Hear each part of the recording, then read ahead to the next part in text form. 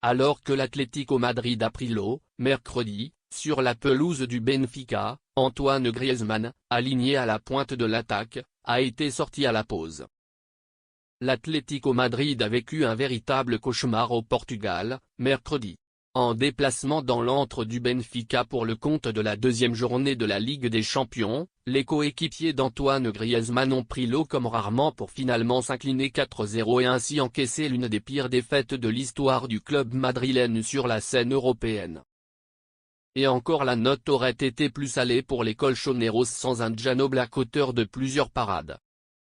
À l'instar de tous ses coéquipiers, Antoine Griezmann est complètement passé au travers à Lisbonne. Sans jus, ni inspiration, le champion du monde tricolore a déjoué. Pour sa défense, le Maconnais avait été aligné au poste de N-9, entouré d'Angel Correa et Julián Álvarez. Sans leur mettre à jouer au milieu de terrain, les Madrilènes n'ont jamais été en mesure de le servir près du but et le Maconnais a bien tenté de dézonner, que ce soit sur le flanc droit de l'attaque ou dans le cœur du jeu, rien n'y a fait. L'ancien Barcelonais est passé à tel point à côté de son match qu'il en a été quitte pour sortir à la pause, remplacé par Alexander Sørloth.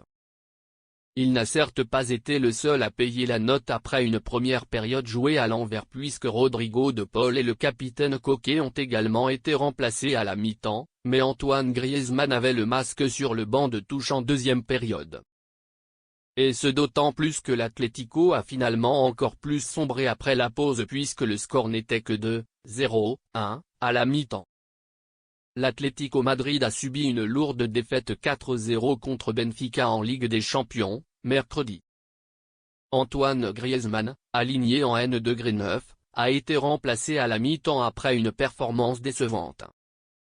Mais ce changement n'y a rien fait et la situation s'est encore aggravée après la pause.